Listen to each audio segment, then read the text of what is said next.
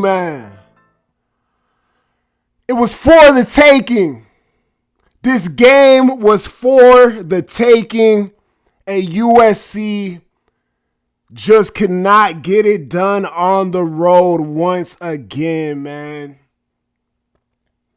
The worst possible things, the worst possible calls at the most important moments in this game yesterday, man. I still got a lot of faith in Lincoln Riley. That's what I will say. Y'all can call me stupid. I still got a lot of faith in this coach. But he's got to learn to be better in those moments. I feel like early in this game, going for it on fourth down, I'm watching the game like, why are we going for it in this situation, man? I thought we had to get the points. Now, obviously, we end up losing this game by 10 points. So does it really matter now? No. But I thought we should have taken those points earlier on in the game. We would have gone into the second half up, I think, by 3 points. Those fourth down calls, man, like, those were so pivotal, right? This is a game of inches. Obviously, you know, we had the guys that got us there, man. Some of our best receivers, you know, not catch a couple passes that they usually catch. You know, they did rebound. But you got to put these players in the best possible situation and position to succeed. There's no reason why Mekhi Lemon should be doing, you know, a jet sweep pass down the field in that situation when we just got a gift from God, man. We just got a big chunk play down the field. Let's settle down. Let's go to work and do what we got to do as an offense, because understandably we couldn't run the ball yesterday, but they still couldn't stop us through the air. They still couldn't cover our wide receivers at the end of the day. They could not do it. They couldn't cover Jacoby Lane. They couldn't cover a Mekhi Lemon when we were able to get them the ball. And it's just frustrating, man, because it was for the taking. We saw their kicker getting the yips. We saw him missing the extra point. We saw him miss the field goal. We go down. We go get the TD from Jacoby. And then we give up on the kick return, man. Bad technique, bad tackling, bad angles, and they take it back, man. And I knew Jadarian Price could do that through the kick return game. But yeah, you know, obviously the defense struggled, and that's ultimately why we couldn't stay in the game. That was ultimately why we lost the game yesterday. You know, giving up 160 plus yards in the first half. Now, when we give up 160 plus yards in the first half, my thing is, understandably, at times, they didn't have the three linebacker look. And I think when you look at the overall game, Dan Lynn's game plan was kind of selling out to stop the pass. But at that point, man, why not just sell out completely to stop the run? Like, we were able to get stops at times, but giving up 306 rushing yards, man, I think in that second half, man, we should have really done a lot more to stop that run and consistently have three linebackers out there in that box, man, to do what we had to do. And at times we were able to stop it, right? Even with the two linebackers out there, Gentry was, you know, making tackles, grabbing guys by the ankles, and we did get a few stops. We were able to get some penetration from our interior defensive linemen as well, but obviously it wasn't consistent enough. But man, you're telling me USC goes on the road to South Bend. Jaden Maava, you know, passes for 300 plus yards.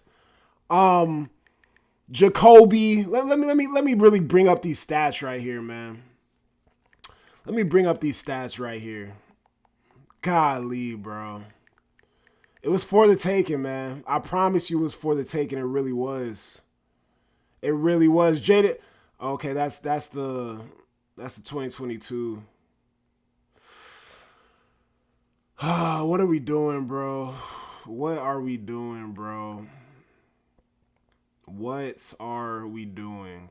All right. Jaden Maava goes for 328, 2 TDs.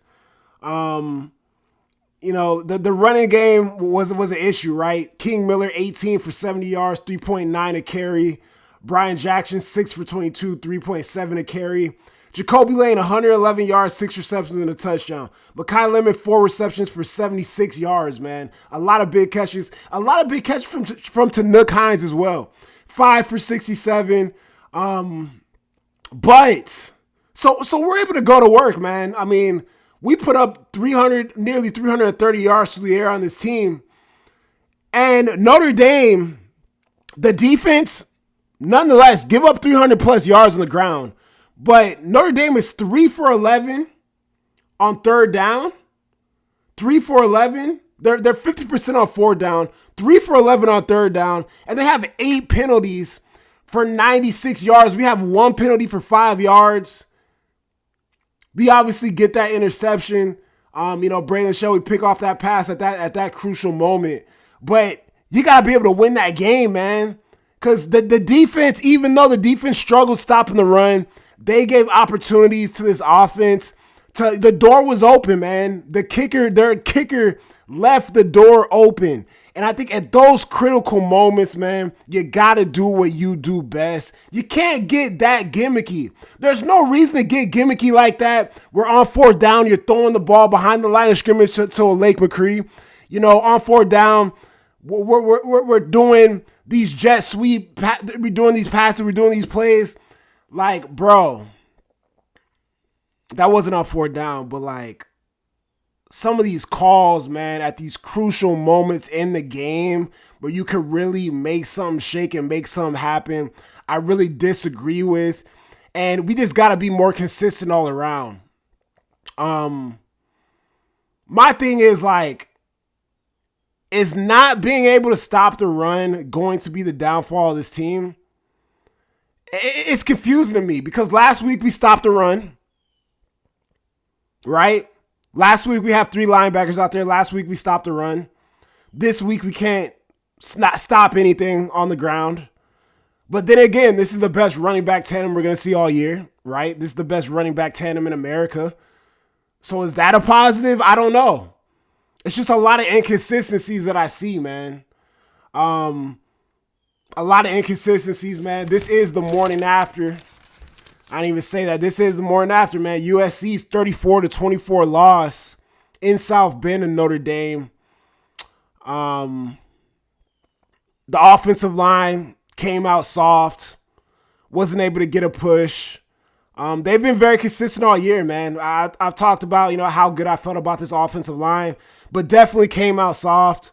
Got punched in the mouth. Really couldn't get anything going, for the entire 4 quarters. We end the game with 64 yards on the ground. 68 yards on the ground. Obviously, that is sack adjusted, man, but gotta be better there. Obviously going up against a big-time front, going up against a team that was in a national championship game last season. But USC loses this game by 10 points with giving up 306 yards on the ground. USC loses a game to a team that was in a national championship game on the road by 10 points with giving up 306 yards on the ground. And that's why it's frustrating, bro, because this was a winnable game. There was opportunities for USC to win this game, man. We got the talent to win this game. But we fell again. And this game in 2023 was much uglier than it was this year with Caleb Williams at the running back. At the quarterback spot. The last time we played at South Bend, I was at that game. It was ugly, bro. What was that, the 48-20 game? It was bad, right? This game was much more competitive, man. Late, some things happened, but we got the whistle. The whistle was in their pockets early, but late, they were calling the calls. They were calling the PIs. They were calling the tugs. And, you got to take advantage of things in those moments, man. Those play calls, it really just costs us, man. And when you lose a turnover battle, especially at Notre Dame, there's no way you're going to win that game. There is just no way you're going to win that game. We got to be more violent, man.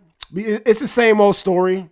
Got to be more violent on the offensive and defensive line of scrimmage. I thought the quarterback play, the cornerback play was solid. I thought they were in those situations where it's like, if you look at If you look at Jeremiah Love's first run, when he's running off, he's taking off for that 60 plus yard gain. DeCarlos is still, stride for stride with Malachi Fields.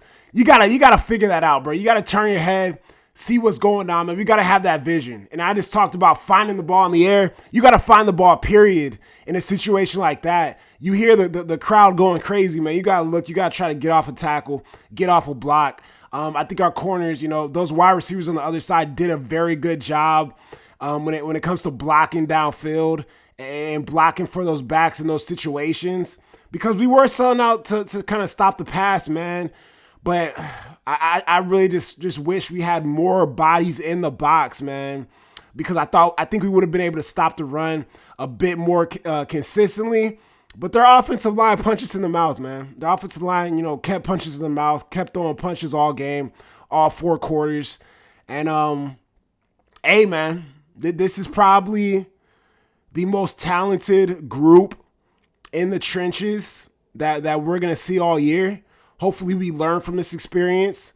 Hopefully we grow from this experience. I don't got no excuses for this team. I don't got no excuses for Lincoln Riley, bro. It's year 4. Gotta be better. Gotta be better. And that's really all I can say. Like, by this point, you've been in a bunch of close games last year.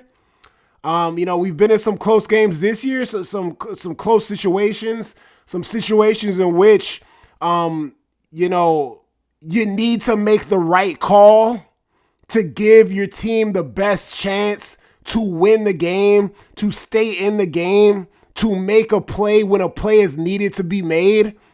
And more times than not, it doesn't happen, man.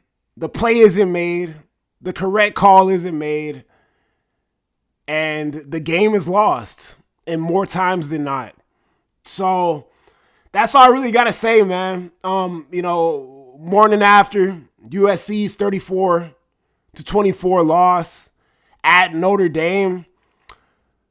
I think the silver lining in it all is it's not a conference loss. That is the beauty of it, right? When I did my preseason, my preseason record prediction, saying this team was going to go 10-2.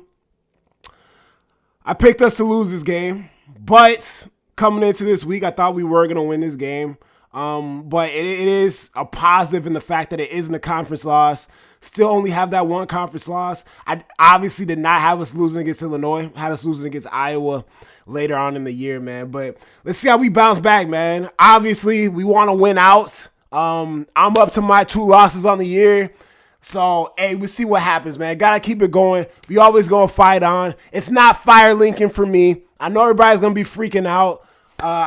My phone was on D&D last night. I know people are going to come for my head. Let's try to be as positive as we can.